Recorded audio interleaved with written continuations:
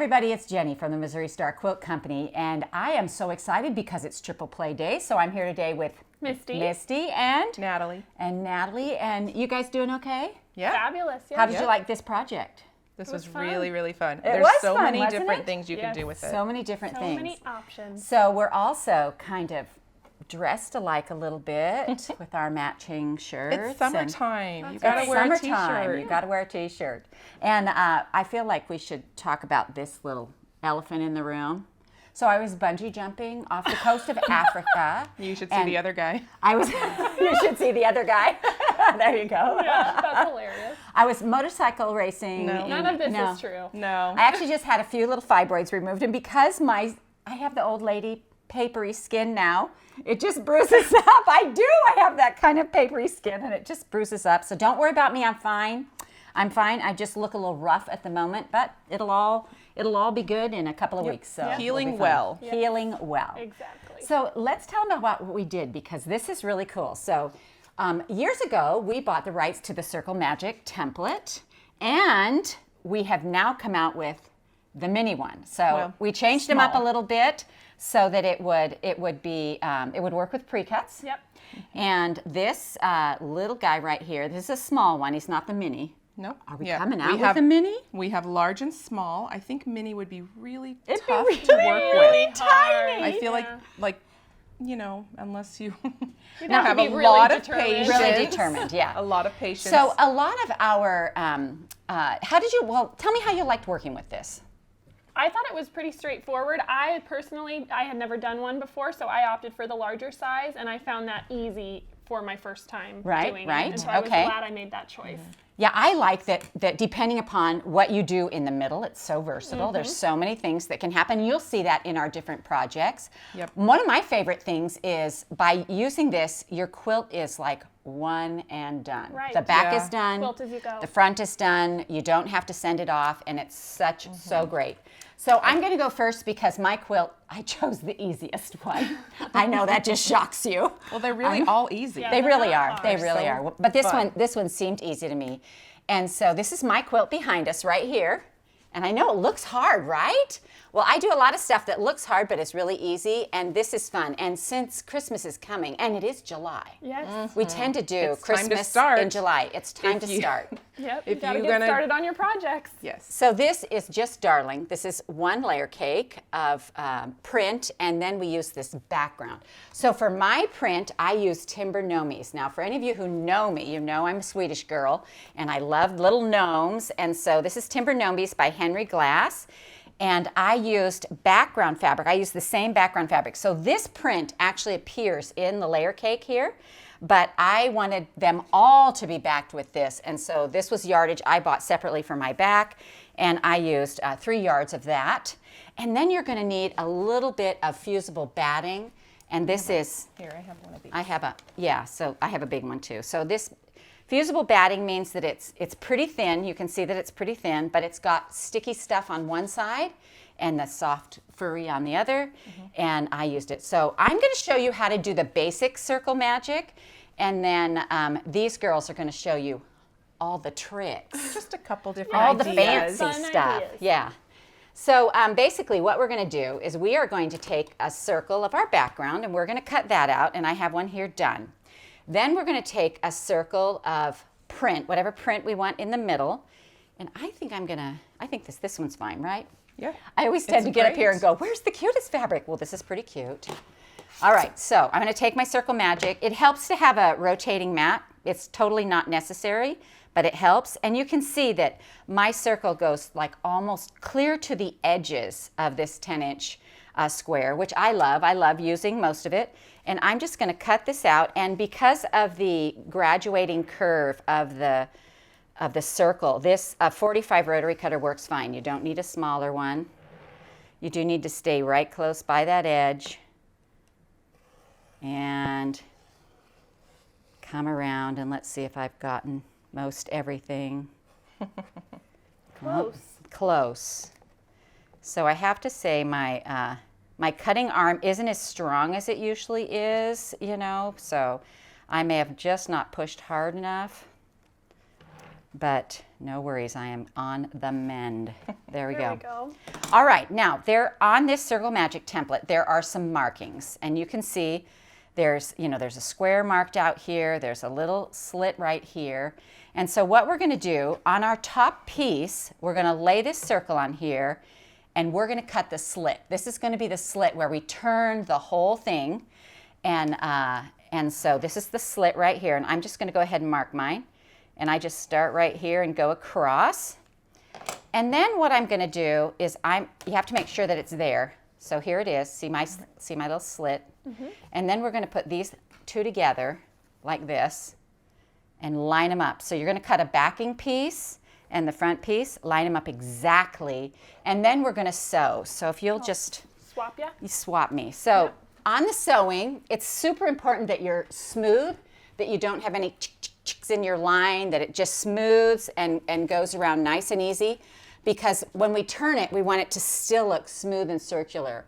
And so I'm just going to put my foot along the edge, and I'm even going to slow down a little. I know that shocks you girls. This is really hard for her. Yeah. Yes. It takes a lot of patience. So we're just going to kind of go around here, nice and easy. So you want to have when you're cutting curves, you want to have a good blade in your rotary cutter. When you're sewing like this, you want to make sure you have a good needle in. And we're just going to go straight around this edge and make sure that our foot stays right on that edge so that it's nice and circular.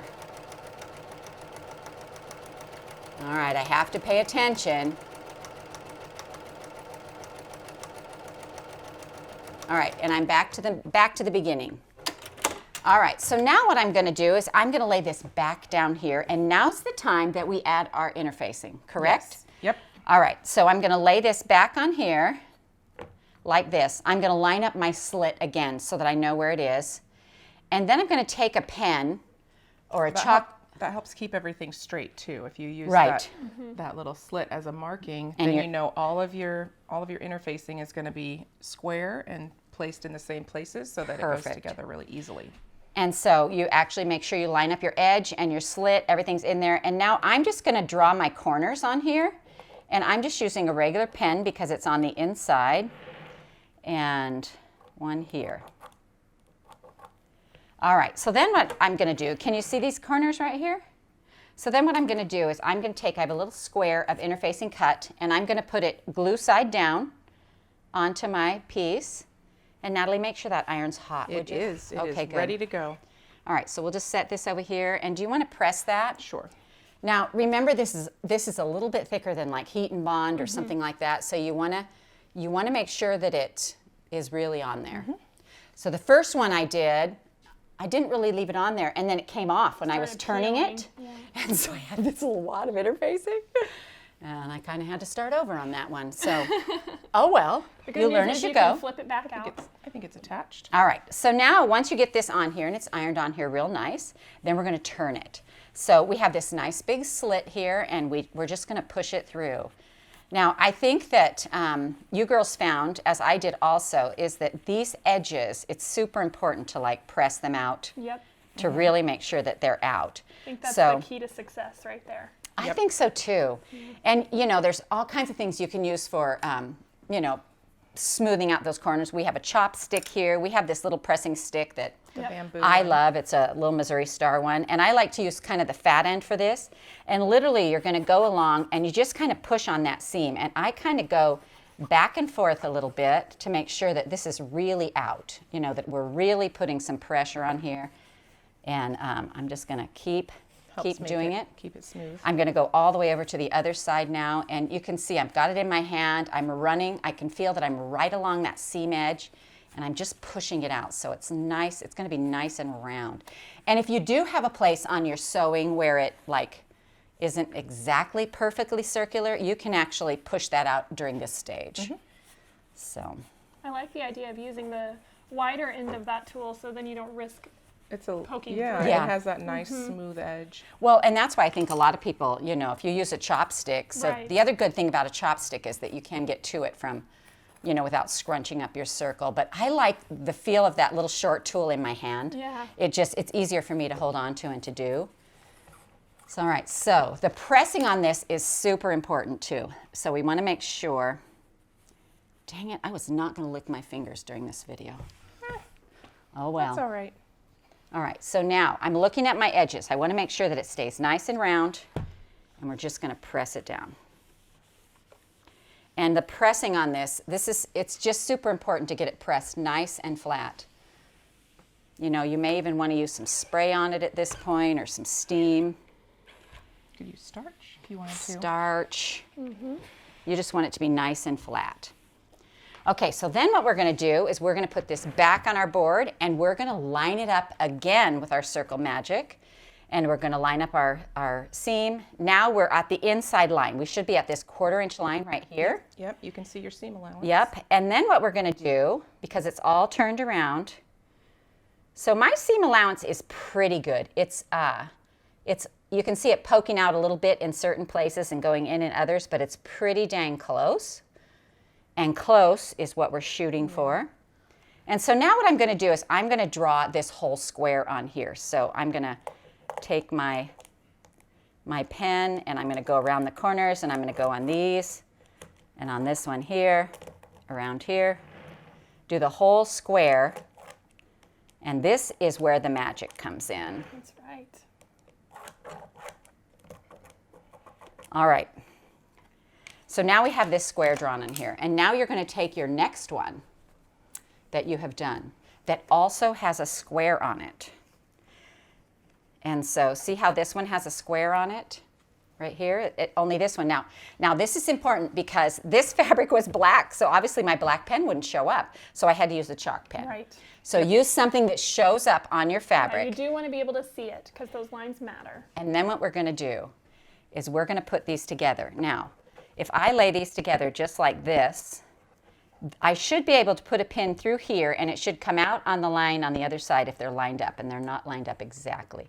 Did you girls have any tips when you started doing this? Did you have anything that worked for you super good? Well, on mine, I actually used half square triangles as the back, and so I was able to match up the corner of my half square triangle on the other side, with seams. It helped me line up my seams. Okay, so I'm just kind of putting my pin through both sides on the straight side like this and pinning it up. So now what I'm going to do is I'm going to go to the sewing machine and I'm just going to sew this line. The other thing that's kind of nice is because there's that batting inside, you can feel through the layers, and so that kind of also gives you like a little bit of a guideline to sew against. All right, so I'm going to take this pin out now because we are going to sew from one edge to the other, and I'm just going to give it a little bit of a back stitch. And I'm going to sew straight across here and take this pin out. And because I've drawn that line on, it makes it super easy to follow and right off the edge. Yep. All right, perfect. So now you want to take a look. I have 2 blocks sewn together, and we're going to open this part up right here and press it. Natalie, will you press that for me? Yes. So cute. Isn't that so cute? I love it. Well, I love this. I mean, who doesn't love a red gingham plaid? The buffalo check. The buffalo check. and then who doesn't love that? All right. So then we're going to add them all along and make a row of them. So let's see how many we have in a row here. We've got 1, 2, 3, 4, 5, 6 in a row. So 6 across by 1, 2, 3, 4, 5, 6, 7 down. So 42 squares of inner and 42 squares of backing. Now, when you're ready to add a row together, you're just going to do the same thing. This row is just going to be pinned, so it will go like this. So this, you'll have a whole bunch of these pinned, and you'll do a whole row. You'll sew a whole row down at once.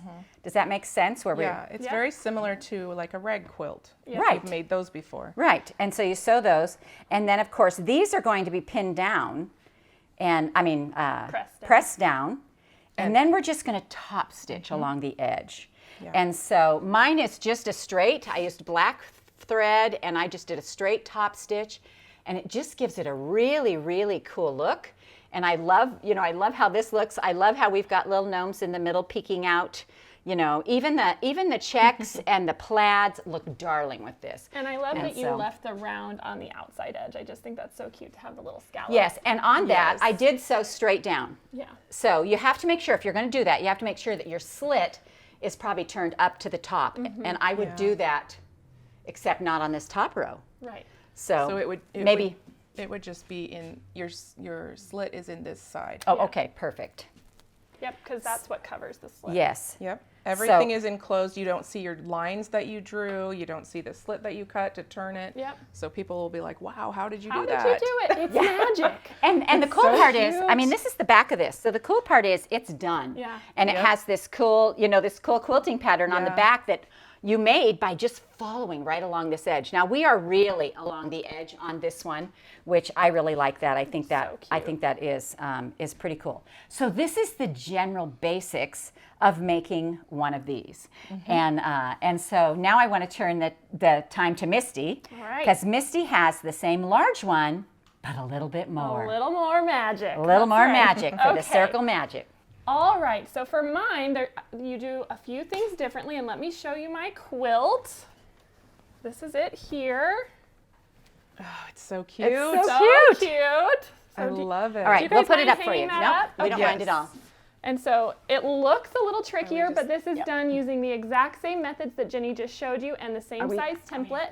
But to start with, we're going to make our background piece into half square triangles. And so what we're going to need for that is 2 10-inch squares, and I use these beautiful brights, which I think is so fun. And you can see here, I just drew a line corner to corner, and then I sewed on either side, and now we can cut that in half. It's so cute. So cute. I was just looking at it real close up there. I know, it's so really fun, isn't it? Really cute. Well, I love the idea of the half square triangle because it gives it 2 different petals that come together. Exactly, a little bit of magic. And so then now we can press these to the dark side. Don't do that. Sure, that'd be awesome, Nat, thanks. And so now this measures 9.5 inches, and this will be the back side of our circle magic. All right, thanks, Nat. So now this measures 9.5 inches, and this will make the back of our circle magic block. It'll make the back of 2, right? Well, you'll get 2, yes. You'll get 2 backs. Thank you for pointing that out. And then for the front, this is what we're looking to make. And so I started with this adorable charm pack, the Tula Pink Homemade by FreeSpirit. So cute. And I just grabbed one of those 5-inch squares, and then I used this great background print from that line.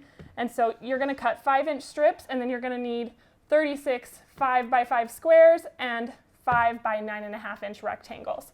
And we can just sew those fabric together. That has sewing stuff I on know, it.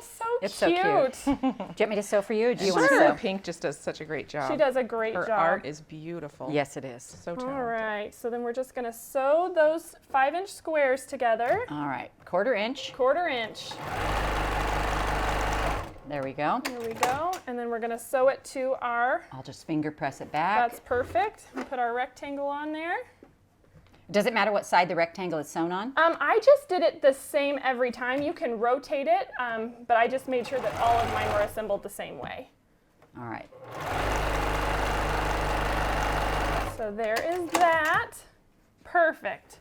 All right, and so we can go ahead and press that, and that makes what will become the front side of our block. So now because mine, I did it just a little bit differently in actually cutting the circles. So I laid them together like this, and I make sure that my print square from my charm pack is on the dark side of my background half square triangle. And I laid it like so. And you can see here, I've already gone ahead and marked with my circle magic. I went ahead and marked all the things. And the reason that I did this is because I'm actually going to sew it before I cut. Even the slit? Even the slit. All of it. She's dangerous. It worked better for me. And the reason that I did it this way is because I'm working with some more angles that I need to line up. I just made sure that my print square and my background square were exactly in line. And then it made my half square triangle go point to point. And it was way easier to keep that lined up when I had them as whole squares. And so we're just going to sew around that. You want to do it? Sure. Okay. We're going to sew all the way around, just like we did before. I love that there's... not on the line, inside, remember? Because that's the outside of our... Oh, like 1/4 inch inside. 1/4 inch in, yep. Oh. Yep. There's no line for me to follow then. Well, just like you would, just like when you cut yours, it's the same. Is it though? It is. It's the same. It is the same. It's actually very cool that there are different ways to do that. Exactly. And like I said, for my method, I just found this to be way easier to get everything where I wanted it to go. All right. You guys have never seen me so slow, have you? You're doing great. Nope. I love it. Sometimes it's fun to do a project that forces us to slow down a little bit. Yeah. Actually, it really is. I do a lot of hand embroidery because I enjoy that, and that forces me to slow down. Yeah, it's nice. Actually, I'm so ADD, I can't just sit and watch television without having something in my hands, so that's when I do that. Perfect. Always a project going. Always That's a project. right. All right. All right, so now that you have sewn all the way around that, we're going to bring our template back, and now we're going to cut it out. And I just make sure. Now, even realistically, you could use cut scissors. you with could scissors. absolutely. Okay. But this is going to be it's, quicker. yeah, it's just quicker. So we'll cut that and spin. Make sure I'm getting it there. Oops, got a little thread. I think there might be a nick on our blade There might be. because it was hard for me too, but I thought maybe it was because I wasn't pushing hard enough, but you got all the muscles, so. I don't know about that. All right, there we go. And so then once I have this part done, I go ahead and take that, I believe it's 6 1/4 inch square that we need for the fusible, and I press that in. So we can press that on. Sure. And then while you're doing that, I'm going to find some little scissors, hopefully. Oh, wait. Do we have a little pair? Right here. There we go. Oh. Perfect. Is that a sharp enough point at the end? Oh, we'll make it work. Okay. We're make-do girls. Yes, That's what we do. are. Now, this one you have to really make sure it's on because you've got some little seams under That's there. right, exactly. Yep, I think we're getting there. Yep, it's attached. Perfect. There you go. And so then now I cut my slip with scissors. And so I just pinch it apart so you can see I make sure my background is out of my way. And I just start this little slit like so. And then once it's open, I can come back and just follow that line. You know, this is probably one of my favorite things about doing the triple play is that we all think differently. And we all do things differently. And we all, you know, we may come all to the same end result, but it's all just a little different techniques. That's right. And we so, all have different brains. And so it helps, you know, we're able to teach like 3 times as many people. Exactly. I so think. now just, maybe, that's a good thought. You do want to be careful when you're turning since we do have a seam here that we've cut through, and if you pull too hard, you could pop those stitches, so just be mindful of that. And as long as you're careful, you won't have any trouble. Just kind of push the bulk of it through. And so we can do that. If I can get this one to turn. Oops, my fuse is coming off on that corner. Here, let's repress that really quick. Hit that side. Yeah. Is it this one? Yep, that one. Oh, that's the one I thought I had for sure. You know, sometimes they're just tricky. It happens. Thanks, Nat. And honestly, even the one I had where it was like really coming off, part of it was still hanging on. I was able to make it work. Yeah, exactly. You can press it again once it's flipped too. Yes, once it's flipped. Yep, and so then you can see here, once we get it all turned out, I've got some already ready. I'll work on this. Do you want to work on that? Yeah. Okay. Oh yeah, let me have Here's that. this one. Oops, those are sewn With together. the edge. My little edge. Yeah. All right. So you can see here, once they're turned out, you are going to go ahead and take your Circle Magic and you're going to mark it on the front again so that you have those stitch lines. I liked Jenny's idea of just doing the corners on the inside. If I had thought of that for squaring up my... It just saves It just saves a little bit of time. I do want to point out something else that I did here when I went to mark my square.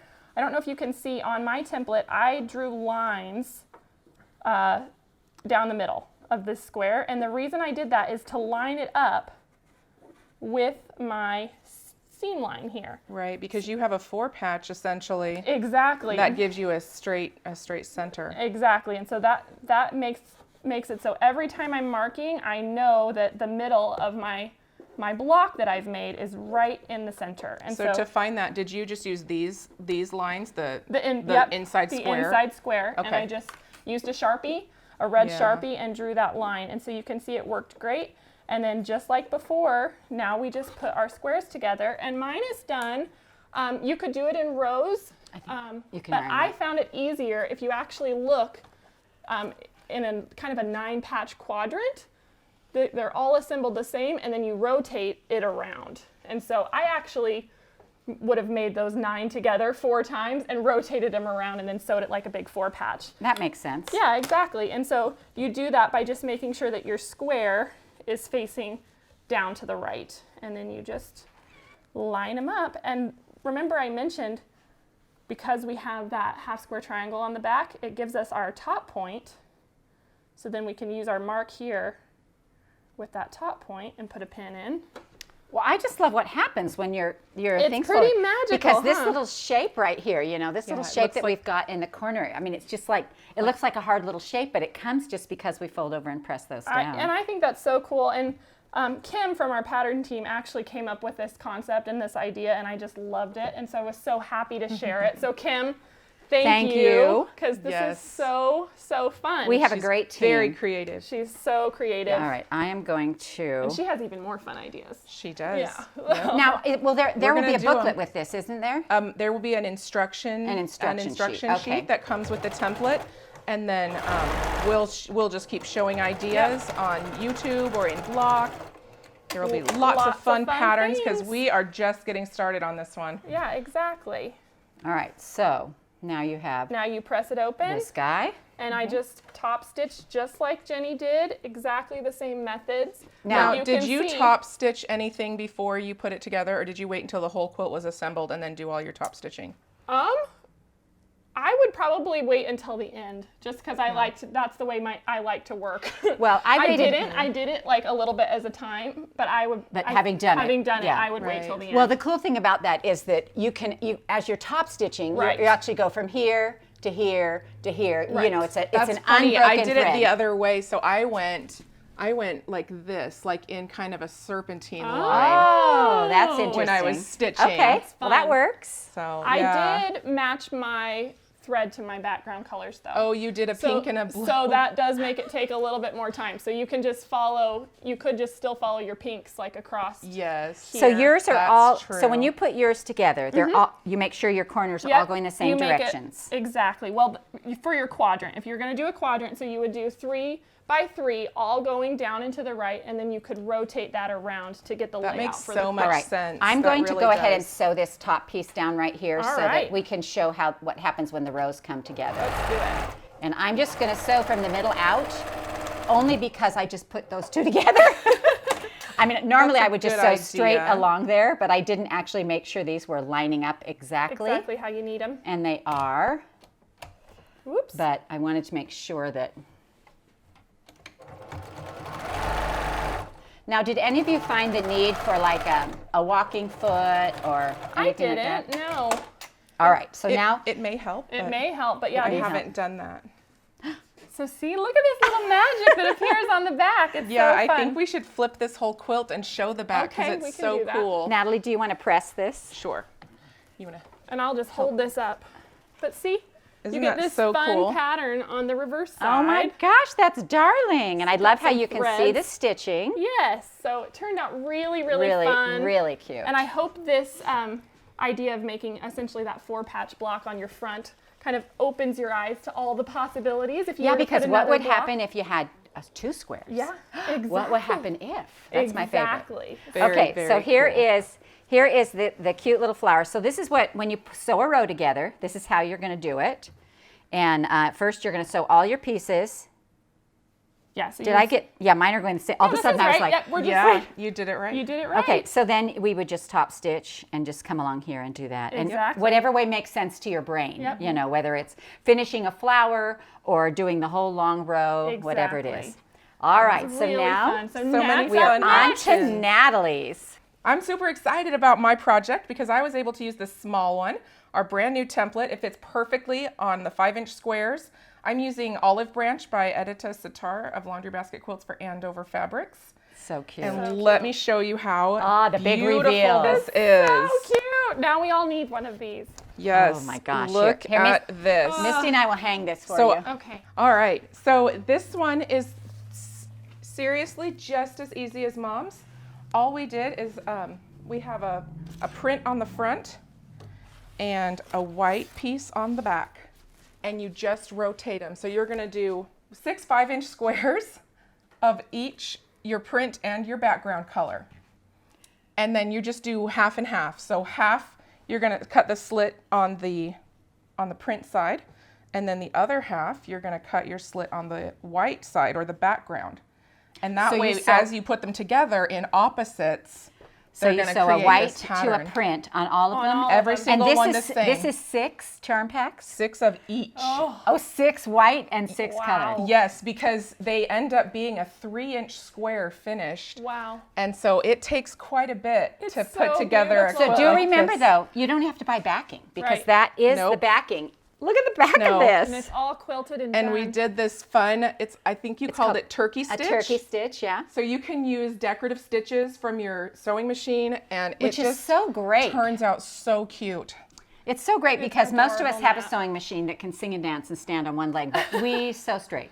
We rarely use those fancy stitches, and this is a great time to do that. It's a great time to use those. So everything is the same. You're still going to mark, and your 45 still fits in here to cut the slit. Everything works perfectly. Yeah. It literally is the exact same thing, but I had another idea. I had something fun that I really wanted to show you. So I personally love denim quilts. Yes. I love the weight of them. I love using up old jeans. They could be things your kids wore, things your husband wears, or your friends, or whatever. Things that you wear out. I like to reuse stuff. Yes. So I had the thought that with denim, I also like the frayed raw edge. And I thought, what if we just heat and bond, the 2 together. We put the denim and the print and just iron them together. So you just cut one circle one time. And then sew them all together and create a little quilt. And I just did one set of 5-inch squares.